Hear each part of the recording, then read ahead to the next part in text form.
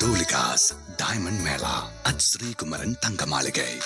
Mr. Gold Cooking Coconut Oil. இது சமையலுக்குன்னு ஸ்பெஷலா தயாரான பியூர் கோகனட் ஆயில். சமையலுக்கு ஸ்பெஷலான Mr. Gold Cooking Coconut Oil. Bharat Institute of Higher Education and Research, Chennai. Admissions open for BTech, BSc Agri, BPharm, Nursing, Paramedical and Arts and Science courses. India English நேயர்களுக்கு வணக்கம். என்றும் அன்போடு உங்கள் செந்தில் குமரன். நாம இன்னைக்கு home tour நிகழ்ச்சியில நடிகர், தமிழ்நாடு அரசு எம்ஜிஆர் திரைப்பட கல்லூரி மற்றும் தொலைக்காட்சி பயிற்சி தலைவர் ராஜேஷ் அவர்களை தான் பார்க்க வந்திருக்கோம். உள்ள போலாமா? வாங்க.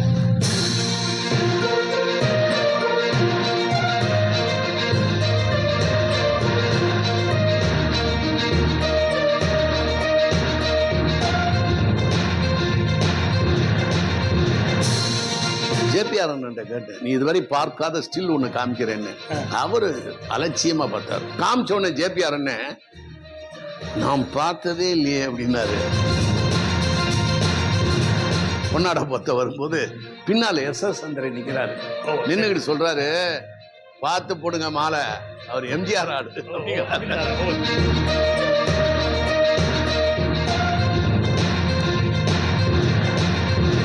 எம்ஜிஆர் சார் வந்து அவர் ஊர்ல வந்து பண்ணி கொண்டு வந்து அவர் பெட்ரூம் பக்கத்திலேயே இருக்கும். வீட்டுல இருப்பாங்க. ஆமா, இதை வச்சுதான் பண்ணுவாரு. வந்து சார் கிராமத்துல உள்ள அரசு லைப்ரரியோட பெருசா இருக்கு.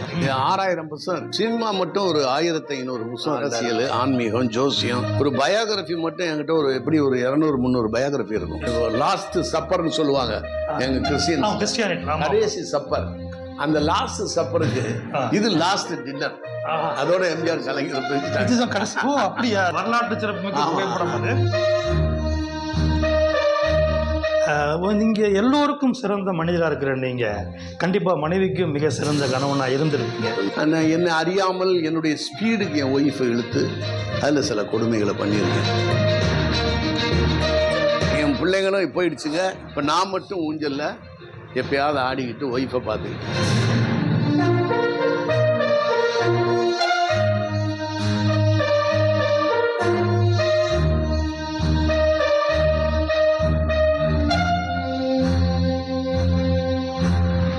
வாங்க உள்ள போலாம். வணக்கம் சார். வணக்கம் செந்தில். இந்தியா கிளிட்ஸ்க்காக ஹோம் டூர் நிகழ்ச்சிக்காக உங்களை சந்திக்க வந்திருக்கோம் சார். மிக்க மகிழ்ச்சி. ஏன்னா ஒரு நடிப்புல வந்து 50 ஆண்டுகளை தொட போற பொன்விழா கலைஞர் நீங்க. 47 முடிஞ்சிருக்கு. 40 அது ஒண்ணு இது ஒண்ணு 45 தான் கொஞ்சம் முடிஞ்சிருக்கு. இந்த செப்டம்பர் தான் முடிஞ்சு 46 ஆரம்பிக்குது. 50 தொட போற கலைஞர். எங்கள் பார்வையில தத்துவார்த்த ரீதியா பேசக்கூடிய ஒரு அறிவார்ந்த நபர். அடிப்படையில் ஆசிரியர் பாத்தீங்கன்னா வந்து தமிழ் சினிமாவோட ஆத்தட்டி ஹிஸ்டோரியன்.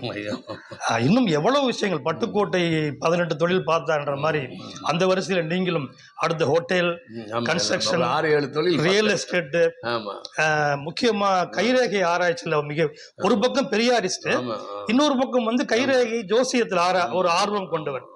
எதையுமே மதிக்கணும், மாற்று கருத்துக்கு மனம் அப்படின்ற ஒரு மிகப்பெரிய ஒரு சிறந்த மனிதர். ஸோ உங்களை உங்க வீட்டுல பார்த்து ஹோம் டூர் நிகழ்ச்சிக்காக உங்களோட உரையாட வந்திருக்கோம். அனுமதி கொடுத்ததுக்கு ரொம்ப நன்றி சார். நன்றி. இங்கே கூட ஆமா சார், எனக்கு அந்த எம்ஜிஆர் போட்டோ உள்ள வந்தோன்னா பார்த்தேன் சார். நானு இல்ல வெளியே போகும்போது இந்த ஜப்பான்ல ஹோட்டை சிலைன்னு ஒண்ணு இருக்கும். ஆமா ஆமா, அது இந்த வயது பெருத்துக்கிட்டு. ஆமா ஆமா, that sex good luck to everyone. எல்லாரையும் இது பண்ணி வந்துட்டு போறவங்கள வந்து இல்ல குட் லக் டு எவ்ரிஒன், அது ஆசீர்வாதம் பண்ணு ஜப்பான் சிலை. நான் ஏன் மாட்டினேன்னா போயிட்டு வெளியே வரும்போது எல்லாரும் சிரிங்க, சந்தோஷமா இருங்க அப்படின்றது. சிரித்து வாழ வேண்டும், அந்த மாதிரி ஒரு போட்டா. இது என்ன ஒரு முக்கியமான விஷயம்னா, இது வந்து நாகராஜ ராவ் சார் எடுத்தது. எம்ஜிஆர் வந்து மிகப்பெரிய ஸ்டில்ஸ்ல அவங்களுக்கு தெரியும் சார். அதுல வந்து நான் விஜயன் சார் என்ன பண்ணாரு, இந்த இதயக்கனி விஜயன் என்ன வந்து கூட்டிட்டு போய், நாம வந்து அவர் வயசாயிடுச்சு, யாருக்கு, நம்ம நாகராஜ ராவுக்கு, நம்ம 2 பேரும் போய் அவர்கிட்ட நெகட்டிவ்ஸ் எல்லாம் கேட்டா கொடுத்துருவாரு அப்படின்னு. எனக்கு இதுக்கு ஏன் நெகட்டிவ்ஸ் அப்படின்னு. இல்லை, அவர் பத்திரிகை யூஸ் ஆகணும். சரி வாங்க 2 பேரும் போனோம். காலையில ஒரு 8:15 போல வாக் பண்ணிக்கிட்டே இருந்தார். அது பனியனோட ஒரு வேஷ்டியோட.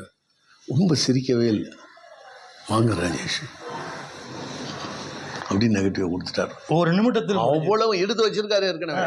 பழைய காலத்து ஆள் இல்ல, வந்தவொடனே அப்படியே கொடுத்துட்டாரு. காப்பியாதோ கொடுத்தாரு, சாப்பிட்டு போயிட்டு வரணும்ட்டோம். வந்த பிறகு அதுல இருந்து எடுத்து பார்த்து இந்த நெகட்டிவ் இருந்துச்சு. இதை பிரிண்ட் போட்டோம். இதை பிரிண்ட் போட்டு ஜேபிஆர் அண்ணன் கேட்டேன். எம்ஜிஆர்ட்ட வந்து உங்களுடைய நண்பர் ஜேபிஆர் சார் பாத்தீங்கன்னா எம்ஜிஆரோடைய நீ இதுவரை பார்க்காத ஸ்டில் ஒண்ணு காமிக்கிறேன்னு அவரு அலட்சியமா பார்த்தாரு. நான் பார்க்காத எம்ஜிஆரா? ஏன்னா அவங்க 2 பேரும் அந்த இந்த ஒரு அதாவது ட்வின் பெட்ஸ்மாங்கல்ல, அப்படி ஒரே ரூம்ல படுத்தவங்க. அப்ப சொல்லுவாராம் எம்ஜிஆர், ஜேபிஆர் நான் லேசா கொரட்டை விடுவேன், உன் தூக்கம் கட்டுறாது அப்படின்பாரான். எவ்வளவு பெருந்தன்மை. நான் லேசா கொரட்டை விடுவேன், தூக்கம் கட்டுறாது. அதெல்லாம் என்னன்னு, நான் தூங்கினா தானே எனக்கு கிடும். நான் தான் விடிய விடிய முழிச்சிருப்பேன் உங்களை பார்த்துக்கிட்டே. நீங்க இருக்குமா நான் எப்படி தூங்குவேன் அப்படின்ட்டு தலைவனுக்கு சுபாஷி. அதுக்கு இன்னொன்னு சொல்றேன். அதுக்கப்புறம் விடிஞ்ச உடனே கேட்டாராம், ஜேபிஆர் நான் கொரட்டை விட்டேனா அப்படின்னு. அதெல்லாம் உடல் என்ன, நான் முதல்ல தூங்கினாதானே என்ன முழிச்சுக்கிட்டே இருந்தேன் விடிய விடிய, உங்க அழகை பார்த்துக்கிட்டு இருந்தேன். மதுரை விரல்லாம் பார்த்தேன்ல, பார்க்கும்போது எனக்கு தோணுது சார். என்ன விஷயம்னா சார், எம்ஜிஆர் மிகப்பெரிய நடிகர், விதவிதமான கெட்டப்ல பார்த்திருப்போம். நான் பார்க்கிற எம்ஜிஆரோட மிக இயல்பான ஸ்டைல் சார். அது உங்க வீட்டுல பாக்குற மகிழ்ச்சி சார். இது பிராட் லாஃப்டர்னு பேரு. அதாவது அகண்ட புன்னகை, smiling, broad smile, laughter, broad laughter, மொத்தம் 4 இருக்கு. வெடிச்சிருப்பு. அதுல தோல்ல கிடக்கிறது வந்து டிஎம்கே துண்டு. ஏன்னா அப்ப வந்து கட்சி பிரியல, அது முன்னால இருந்தாரு. அது என்னன்னா லேனா சிட்டியாருடைய வயிற்றுல குத்திக்கிட்டு சிரிக்கிறாரு. அதான் அந்த பெரிய ஸ்டில்ல நான் சின்னதா போட்டேன், அது மாதிரி போட்டேன். இது இதை காமிச்சோடனே ஜேபிஆர் என்ன நான் பார்த்ததே இல்லையே அப்படின்னாரு. ஜானகி அம்மாட்ட வந்தேன், எம்ஜிஆர் ஒய்ஃப் கிட்ட, அம்மா ஒரு தலைவர் எம்ஜிஆர் நீங்க பார்க்காத ஸ்டில் ஒன்று தரேன். நான் பார்க்காத ஸ்டில்லா அப்படின்னாங்க. அப்படிதான் பேசுவாங்க. டக்குன்னு எடுத்து காமிச்சேன், ஆச்சரியப்பட்டு போயிட்டாங்க. உண்மையிலே சார் அரசு இங்க சொல்றதால தோணுது, இந்த மற்றவர்கள் மனைவிகளோ உறவினர்கள் வேணா சொல்லலாம் நான் பார்க்காதான்னு. ஆனா சினிமா கலைஞர்களும் அரசியல்வாதிகளும் குடும்பத்தை விட மக்களுக்கு தான் அதிக பரிச்சயமானவங்க. அந்த வகையில பாத்தீங்கன்னா அது ஒன்னும் அதிசயமான விஷயமா எனக்கு தெரியல. தலைவர்களையும் நம்மள மாதிரி கலைஞர்களையும் பாத்தீங்கன்னா மக்களுக்கு தான் முதல்ல, அப்புறம் தான் குடும்பத்துக்குன்ற விஷயம் தெரிய வரும். ரொம்ப மகிழ்ச்சி சார். அப்புறம் வந்து ஜானகி அம்மா வந்து அதை பார்த்து ஷாக் ஆயிட்டாங்க, ஆச்சரியப்பட்டாங்க. அப்புறம் இன்னொரு ஸ்டில் காமிக்கிறேன், எம்ஜிஆரோட வீட்டுல போய் எடுத்துட்டு வந்தேன், அதை உள்ள காமிக்கிறேன். அதெல்லாம் இதுதான் லாஃப்டர் தான். இது பிராட் லாஃப்டர், சிங்க வாயை திறந்த மாதிரி பாத்தீங்கன்னா. அப்புறம் அந்த ஸ்டில் வந்து கலைஞர் வந்து 1989 ஆட்சிக்கு வந்தாரு. ஆட்சிக்கு வந்தப்ப நடிகர் சங்கத்துல நாங்க ஒரு பாராட்டு விழா நடத்தோம். அப்ப நடிகர் சங்கத்துல பாராட்டு விழா நடத்தும் போது எனக்கு பொன்னாட பொத்த வரும்போது பின்னால எஸ்.எஸ். சந்திரன் நிக்கிறாரு. நின்னுகிட்டு சொல்றாரு, பார்த்து போடுங்க மாலை, அவர் எம்ஜிஆர் ஆடு அப்படின்னாரு. ஆனா கலைஞருக்கு எனக்கு எவ்வளவு தொடர்பு, கலைஞர் குடும்பத்துக்கு எங்க குடும்பத்துக்கு எவ்வளவு தொடர்பு 1944 இருந்து இருக்குங்கிறது எஸ்.எஸ். சந்திரன் தெரியாது. ஆமா ஆமா ஆமா, அது தெரியாது எஸ்.எஸ். சந்திரன். சொன்னவனே சிரிக்கிறார் கலைஞர். அதுதான் பாத்தீங்கன்னா இங்க ஜெயலலிதா அம்மா. எப்பன்னா நான் ஜெயலலிதா அம்மா முத பார்த்தது நம்ம இதுல வந்து மகேந்திரன் என்ன கூட்டு போனார், இயக்குனர் மகேந்திரன். தமிழ் சினிமாவின் தலை சிறந்த இயக்குனர் மேதைகள். தமிழ் சினிமாவோட பாதையை மாற்றின முக்கியமான சிற்பிகள்ல மகேந்திரன் ஒருத்தர். என்ன ஒரு நண்பனா பாவித்த பிறந்த வயசு வித்தியாசம், நண்பரா பாவித்த பெருந்தன்மைக்கு சொந்தக்காரர் சார். அவரு கூட்டு போனாரு ஒரு இதுல ஒரு ஷூட்டிங். அப்பதான் போய் டான்ஸ் ஆனதை பார்த்தேன். ரிஹர்சல், ஒரே ரிஹர்சல், அடுத்த டேக் பெர்ஃபெக்டா இருந்துச்சு. அது அன்புள்ள அத்தானா என்னமோ Muthuraman sir hero, S P. Muthuraman direction, V C. Koganathan தயாரிப்பு, ஏவிஎம்ல தான் பார்த்தேன். அப்போ வந்து இது வந்து என்னுடைய மக கல்யாணத்துக்கு 2010 டிசம்பர் மாதம் 6ஆம் தேதியா 10ஆம் தேதியா ஞாபகம் இல்ல, பத்திரிக்கை வைக்க போகும்போது அவங்களுக்கு பிடிச்ச பச்சை சால் போட்டு கொடுத்தேன். இது வந்து 1985-86 வந்து கலைமாமணி விருது எம்ஜிஆர் கையால நாவலர் நிக்கிறாரு, வாலி நிக்கிறாரு.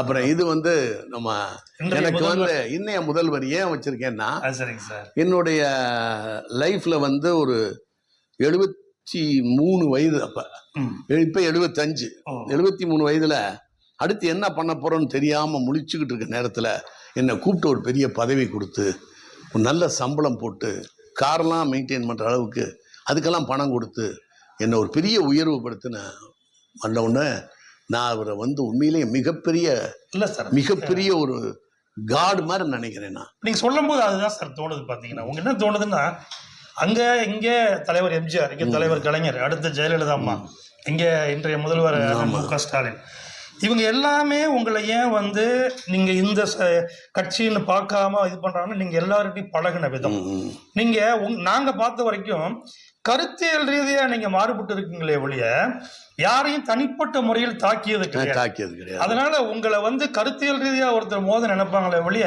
தனிப்பட்ட கோபத்துக்கு ஆளாக மாட்டாங்க. அதனாலதான் உங்களுடைய வீட்டு வரவேற்புல இத்தனை பேரும் இருக்க முடியுது, இத்தனை பேர் மனதிலும் நீங்க இருக்க முடியுது சார். அதுல இன்னொன்னு என்னன்னா, நான் வந்து எனக்கு வேலை ஆகி எல்லாம் கிடைச்ச பிறகு நான் இந்த போட்டோவை மாட்டினேன். இந்த போட்டோவை மாட்டும் போது இந்த போட்டோவில் இருந்தது எங்க ராஜகண்ணு முத அது எங்களுடைய முதல் ப்ரொடியூசர். அது என்ன இன்ஸ்பிரேஷன் அப்படின்னா, நான் வந்து 1960-61 பேசும் படத்துல ஒரு சின்ன பிட் நியூஸ் பார்த்தேன். சிவாஜி கணேசன், நடிகர் சிவாஜி கணேசன் அவருடைய வீட்டில் டைனிங் ஹாலுக்கு போறதுக்கு முன்னால அவருடைய முதல் படத்தினுடைய தயாரிப்பாளர் பெருமாள் ஓலியார் படம் வைத்திருக்கிறார், அதை பார்த்து விட்டு சென்றார் அப்படின்னு நான் படித்தேன்.